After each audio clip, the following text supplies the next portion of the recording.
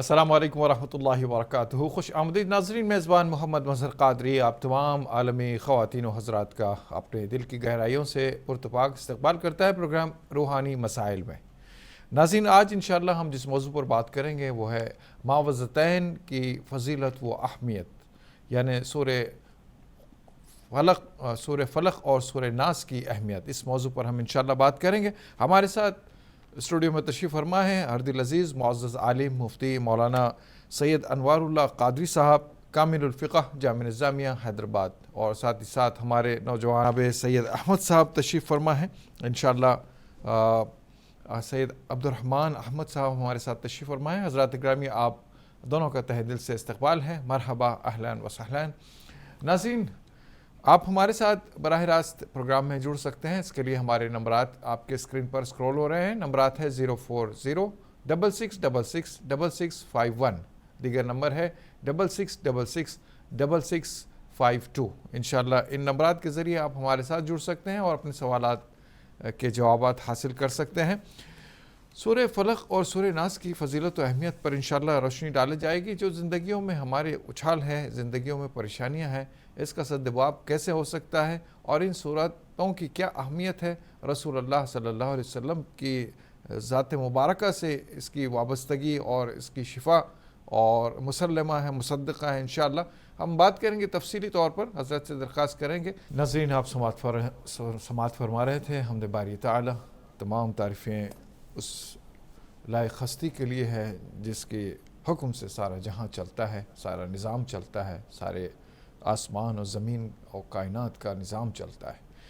آگے بڑھتے ہیں انشاءاللہ، حضرت سے درخواست کرتے ہیں آج کا جو موضوع ہے ہمارا معوذتین کی فضیلت و اہمیت، یعنی سورہ فلق اور سورہ ناس کی اہمیت اور فضیلت، اس پر بات کرتے ہیں۔ حضرت سے درخواست کرتے ہیں آج کے پروگرام کے لیے تمہیدی کلمات پیش فرمائیں۔ الحمد للہ رب العالمین والعاقبۃ للمتقین والصلاة والسلام علی اشرف الانبیاء وخاتم المرسلین وعلی آلہ الطیبین الطاہرین واصحابہ الاکرمین الافضلین اجمعین، اما بعد۔ معزز ناظرین، السلام علیکم ورحمۃ اللہ وبرکاتہ۔ اللہ کا بڑا فضل و احسان ہے کہ اس نے ہمیں اپنے حبیب حضور خاتم النبیین سیدنا محمد الرسول اللہ صلی اللہ علیہ وسلم کی امت میں انسان اور مسلمان بنا کر پیدا فرمایا، اور حبیب کریم صلی اللہ علیہ وسلم کی نسبت سے اللہ جل شانہ ہمیں بے شمار نعمتوں سے سرفراز فرمایا۔ ہم پر لازم ہے کہ ہر حال میں اللہ رب العزت کی شکر گزاری کریں اور ناشکری سے بچے رہیں۔ معزز ناظرین کرام، انشاءاللہ تعالی آج کے پروگرام میں معوذتین یعنی سورہ فلق اور سورہ ناس، اس کی اہمیت اور ان دو صورتوں کی آیتوں اور اس کی مختصر سی تفسیر اور اس کی اہمیت اور اس کے فائدے پر گفتگو کی جائے گی۔ اللہ تبارک و تعالی نے ہر طرح کے شر سے بچنے کی دعائیں ان دو صورتوں میں کامل طور پر اللہ تبارک و تعالی نے حبیب پاک صلی اللہ علیہ وسلم پر نازل فرمائی ہیں۔ یہ قرآن حکیم کے صورتوں میں ترتیب کے لحاظ سے آخری دو سورے ہیں۔ اللہ تبارک و تعالی نے ان دو صورتوں میں بڑی تاثیر رکھی ہے۔ انشاءاللہ تعالی اس پروگرام کے اندر آپ کو اس کی وضاحت آپ کی خدمت میں پیش کرنے کی کوشش کی جائے گی۔ جی دیکھتے ہیں کوئی کالر لائن پر موجود ہو تو شامل کرتے ہیں۔ ہلو جی، آگے بڑھتے ہیں انشاءاللہ۔ معوذتین، حضرت معوذتین سے متعلق جو ہے یہ سورہ، اس کا شان نزول کیا ہے، اور ان صورت کے معنی و مفہوم کیا ہے، اور کیسے حالات میں، کس وقت میں یہ رسول اللہ صلی اللہ علیہ وسلم نے اس کو پڑھا اپنی زندگی میں، کیا اسباب تھے، کیا واقعات تھے، اس پر تھوڑی سی روشنی ڈالیں۔ حضور علیہ الصلاۃ والتسلیم کو قتل کرنے کے لیے اہل مکہ حضور کے اعلان نبوت سے ہی جستجو کرتے رہے، کوشش کرتے رہے، مختلف کوششیں کی گئیں، یہاں تک کہ آپ صلی اللہ علیہ وسلم کو اعلان نبوت سے لے کر تقریباً 13 برس تک ستایا جاتا رہا مکہ مکرمہ میں، اس کے بعد آپ صلی اللہ علیہ وسلم ہجرت فرمائے۔ ہجرت کے راہ میں بھی حضور صلی اللہ علیہ وسلم کو قتل کرنے کی نعوذ باللہ سازشیں کی گئیں۔ آپ صلی اللہ علیہ وسلم کا پیچھا کیا گیا۔ جب مکہ مکرمہ آپ صلی اللہ علیہ وسلم مدینہ منورہ، مکے سے ہجرت کر کے مدینہ منورہ جب آپ صلی اللہ علیہ وسلم پہنچ چکے تو وہاں پر فوجوں کو بھیج کر حملے کرائے گئے۔ اسلامی جتنے جنگیں ہوئی ہیں حضور علیہ الصلاۃ والتسلیم کے ہجرت کرنے کے بعد ہوئی ہیں، تو آپ جنگ احد ہوئی، جنگ بدر ہوئی اور مختلف جنگیں اسلام کی قائم ہوئی۔ آخرکار جب اسلام کو، مسلمانوں کو اور اسلام کے داعی نبی آخر الزماں حضور محمد الرسول اللہ صلی اللہ علیہ وسلم کو کوئی نقصان نہیں پہنچا سکے، تو جس طرح دیگر انبیاء کرام کو جادو کے ذریعے ستانے کی کوشش کی گئی، مثال کے طور پر حضرت موسیٰ علیہ السلام کو جادوگروں نے ڈرانے، دھمکانے اور نقصان پہنچانے کی کوشش کی، تو اللہ تبارک و تعالی نے آپ کو جادوگروں کے سامنے عصا ڈالنے کا حکم فرمایا، تو آپ علیہ السلام نے اپنا عصا جادوگروں کے سامنے ڈال دیا اور وہ عصا ایک بڑا اژدہا بن کر جادوگروں کی رسیوں سے جو سانپ بنے تھے ان تمام سانپوں کو نگل لیا۔ اس طرح حضور صلی اللہ علیہ وسلم کو بھی نقصان پہنچانے کے لیے کوششیں کی گئی۔ ایک یہودی تھا لبید بن عاصم اور اس کی بیٹیاں حضور صلی اللہ علیہ وسلم پر جادو کیے، اور اس کی بیٹیاں ڈوریوں میں پھونک پھونک کر جادو کرتی تھی، گھیٹیاں بناتی تھی اور اس میں پھونکتی تھی، جادو کے ذریعے حضور صلی اللہ علیہ وسلم کو نقصان پہنچانے کی کوششیں کی گئیں۔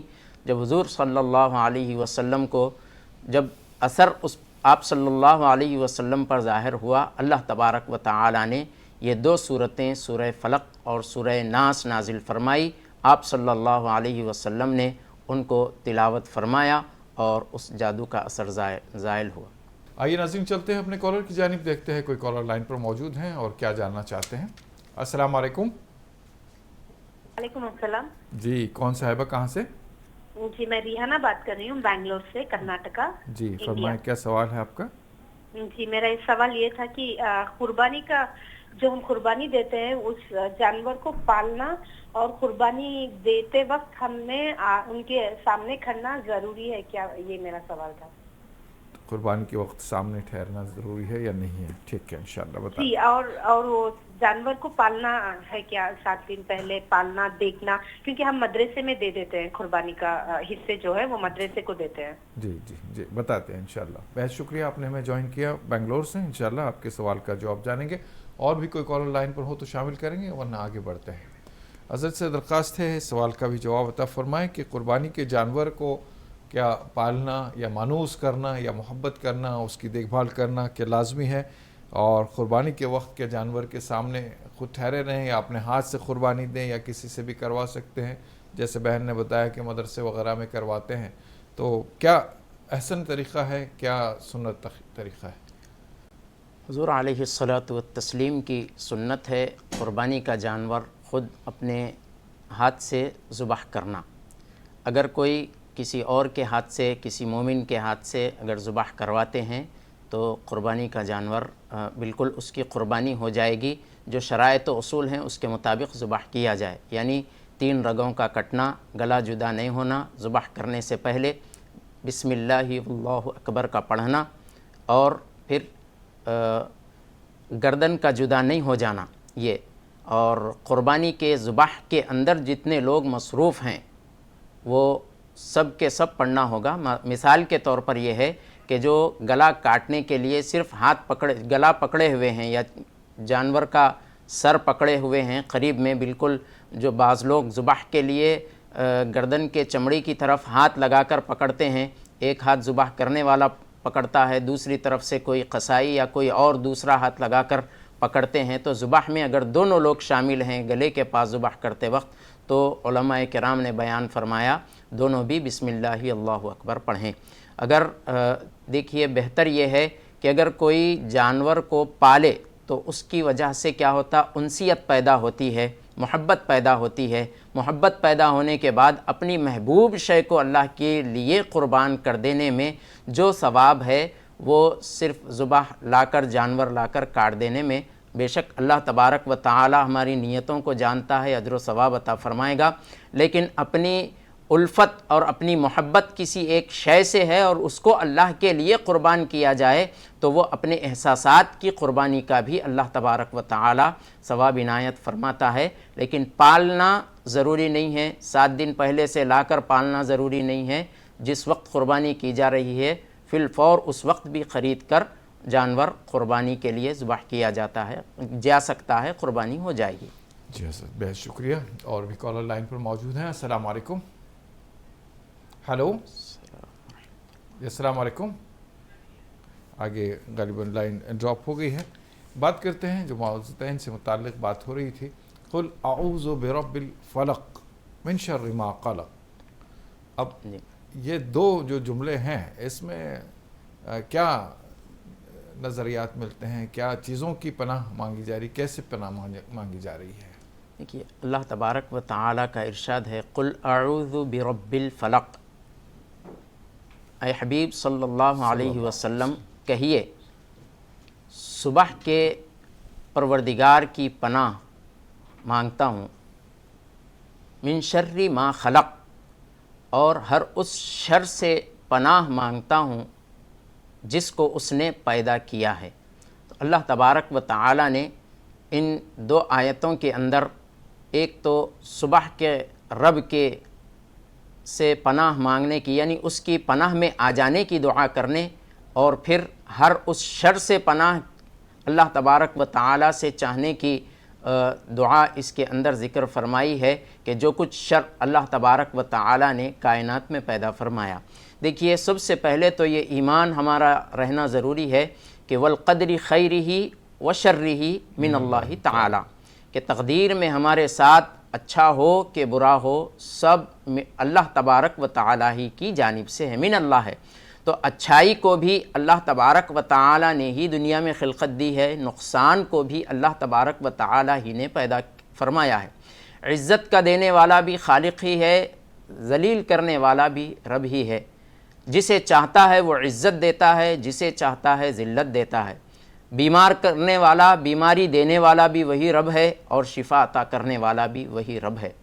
زندگی دینے والا بھی وہی رب ہے، اور موت دینے والا بھی وہی رب ہے۔ تو اسی طرح خیر کو بھی اس نے پیدا فرمایا، شر کو بھی، برائی کو بھی، یعنی نقصان کو بھی اللہ تبارک و تعالی ہی نے پیدا فرمایا ہے۔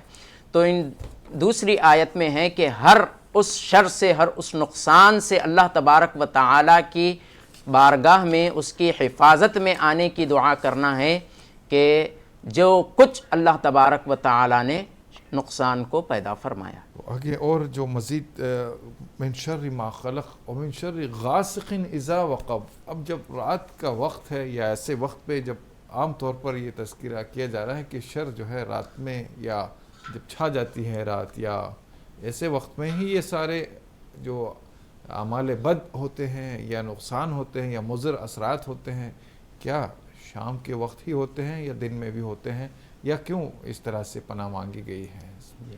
اور ایسے وقت میں شام کے وقت عام طور پر کیا احتیاط برتنی چاہیے، کیسے ہمیں اپنی زندگیوں کو بچانا چاہیے، سدھارنا چاہیے؟ قل اعوذ برب الفلق میں جو سب سے پہلے فلق کا ذکر کیا گیا، صبح کے رب، صبح کا رب اس لیے بولا گیا کیونکہ خالق کائنات کی یہ شان ہے، اس کی وہ طاقت ہے کہ وہ رات کے اندھیرے سے صبح کی روشنی کو نکالتا ہے، پروردگار عالم۔ تو رات کا اندھیرا چھانٹنے والی ذات صرف اللہ تبارک و تعالی کی ذات ہے، وہی خالق کائنات ہے جو رات کے اندھیرے کو اور تمام پریشانیوں کا خاتمہ کرنے والا اللہ تبارک و تعالی ہی ہے۔ تو اسی لیے فلق بولا گیا، اور من شر ما خلق، اور جو کچھ اس نے شر کو پیدا کیا ہے، ہر اس شر سے حفاظت کی اور ہر اس شر سے اللہ کے پناہ کی مانگ اور اس کی التجا رب کے حضور کی جاتی ہے۔ اور پھر ومن شر، قل اعوذ برب الفلق من شر ما خلق ومن شر غاسق اذا وقب، اور رات کے اندھیرے کے شر سے پناہ جب وہ چھا جائے، رات کا اندھیرا جب وہ چھا جائے۔ دیکھیے جیسے ہی رات کا اندھیرا ہوتا ہے تو لوگ بھی عام طور پر گناہ وغیرہ کرنے والے رات کے اندھیرے کو غنیمت جانتے ہیں اور پھر گناہوں میں مبتلا ہو جاتے ہیں، اور پھر چوری ڈکیت کرنے والے رات کے اندھیروں کا فائدہ اٹھاتے ہیں۔ اسی طرح جب رات اندھیری ہو جاتی ہے تو لوگ غفلت میں ہو جاتے ہیں، نیند میں ہو جاتے ہیں۔ ایسے وقت میں لوگ نقصان پہنچانے کے لیے آسان وقت لوگوں کے لیے مل جاتا ہے۔ جو شر پھیلانے والے ہوتے ہیں تو وہ لوگ شر کے اعمال، جادوئی اعمال، اور پھر ساتھ ساتھ شیطان بھی رات کے اندھیرے حصوں میں بہت زیادہ لوگوں کو نقصان پہنچانے لگتا ہے، اور جادوگر بھی اسی لیے راتوں کے وقت میں منتر تنتر وغیرہ اور جادوئی اثرات وغیرہ کے لیے، گڑت وغیرہ کرنے کے لیے وہ راتوں کا وقت ہی تلاش کرتے ہیں، تاکہ دن کی روشنی میں لوگوں سے بچتے ہوئے رات کے وقت اپنے شر کو لوگوں کو نقصان پہنچانے کے لیے پھیلایا جا سکے۔ اسی لیے اس آیت مبارکہ میں اللہ تبارک و تعالی نے رات کے اندھیرے کے چھا جانے کے شر سے بچنے کی دعا بھی حضور صلی اللہ علیہ وسلم کو قرآن حکیم میں نازل فرما کر کہلوائی ہے۔ تو یہ رات کے اندھیرے میں بھی عام طور پر رات کے اندھیروں میں خبیث شیاطین، جنات وغیرہ راتوں کے وقت نکلتے ہیں، راہوں میں نکلتے ہیں، اپنے کاموں کے لیے نکلتے ہیں، اور پھر لوگوں کو ڈرانا، بہکانا وغیرہ، یہ تمام کام تقریباً رات کے حصوں میں یہ اثرات زیادہ اثر کرتے ہیں۔ اسی لیے چاہیے کہ چھوٹے بچوں کو اور جن کے ستارے عام طور پر، یعنی ستارے کمزور ہونے کا مطلب یہ ہے کہ جن کی آنکھوں کی بینائی اللہ تبارک و تعالی نے ایسی بنائی ہے کہ ان کو ظاہری چیزوں کے علاوہ باطنی چیزیں بھی نظر آتے ہیں، شیاطین نظر آ جاتے ہیں، جنات نظر آ جاتے ہیں، بلائیں نظر آ جاتی ہیں۔ ایسی بینائی رکھنے والوں کو بالخصوص رات کے وقت میں باہر حصوں میں نہ چھوڑیں، کیونکہ اس سے خوف پیدا ہوتا ہے اور اس کے برے اثرات ہوتے ہیں۔ اسی لیے گھنے اندھیرے سے محفوظ رہیں، اور ایسے مقامات پر بھی رات کے وقت میں نہ جائیں جہاں پر مردوں کو جلایا جاتا ہے یا پھر کچرا وغیرہ زیادہ پھینکا جاتا ہے۔ ایسے مقامات میں بھی رات کے گھنے اندھیرے میں نہ نکلا جائے اور ایسے راستوں کو اختیار نہ کیا جائے، کیونکہ وہاں پر نقصانات کی گنجائش بہت زیادہ ہوتی ہے۔ جی حضرت، ناظرین آپ سے یہی درخواست ہے کہ آپ اس کو بغور سنیں اور اپنی زندگیوں میں اس پر عمل پیرا ہوں۔ یہ چھوٹی سی 2 صورتیں ہیں جو کہ زندگی میں بہت امن و امان عطا کرتی ہے۔ آپ کو مفصل طور پر اس صورت کو مفصل طور پر اس کے بارے میں آپ کو سمجھایا جا رہا ہے، بتایا جا رہا ہے، تاکہ آپ اس کو عملی زندگی میں لیں۔ آگے بڑھتے، قل اعوذ برب الفلق من شر ما خلق ومن شر غاسق اذا وقب، یہاں تک ہم نے بات کی، ومن شر النفاثات فی العقد۔ انشاءاللہ اس پر بات کریں گے، حضرت سے درخواست کریں گے کہ اس پر روشنی ڈالیں اور تفصیل سے اس پر بات کریں۔ کوئی کالر لائن پر موجود ہیں، شامل کرتے ہیں، دیکھتے ہیں۔ السلام علیکم۔ ہیلو، السلام علیکم۔ ہیلو جی السلام علیکم رحمۃ اللہ وبرکاتہ۔ جی وعلیکم السلام ورحمۃ اللہ وبرکاتہ۔ کون کہاں سے؟ جی میں اڑیسہ سے یقینا بیگم۔ جی اڑیسہ سے رحینہ بیگم صاحبہ۔ جی خیریت سے ہیں آپ؟ ٹھیک ہیں؟ جی مولانا صاحب سے کچھ پوچھنا ہے۔ جی فرمائیں، کیا سوال کیجیے گا مولانا صاحب سے آج؟ جی السلام علیکم مولانا صاحب۔ سوال یہ ہے کہ ہمارے گھر میں ایسا کیا ہوتا ہے جو میرے شوہر گزر جانے کے بعد میں سب ٹھیک ٹھاک چل رہا تھا، ابھی سب کچھ رہ کے بھی خوشی نہیں ہے گھر میں۔ بڑی بہو بہت پریشان کرتی ہے، چھوٹی بھی ہے لیکن اس کی ماں اس کو ڈانٹتی ہے اس کو، لیکن بڑی بہت پریشان کرتی ہے، اور چاہتی ہے سب میرا اپنا ہو جائے۔ اچھا جی، یہ پریشانی ہے بچوں کا۔ اب تو روزگار بس یہی ہے، گھر میں دکان دے کے بیٹھے ہیں، اس میں جو کورونا کے بعد سے ان کا انکم ایسا نہیں ہوتا ہے، میں پینشن سے ان کو مدد کرتی ہوں، پھر بھی وہ لوگ خوش نہیں ہیں۔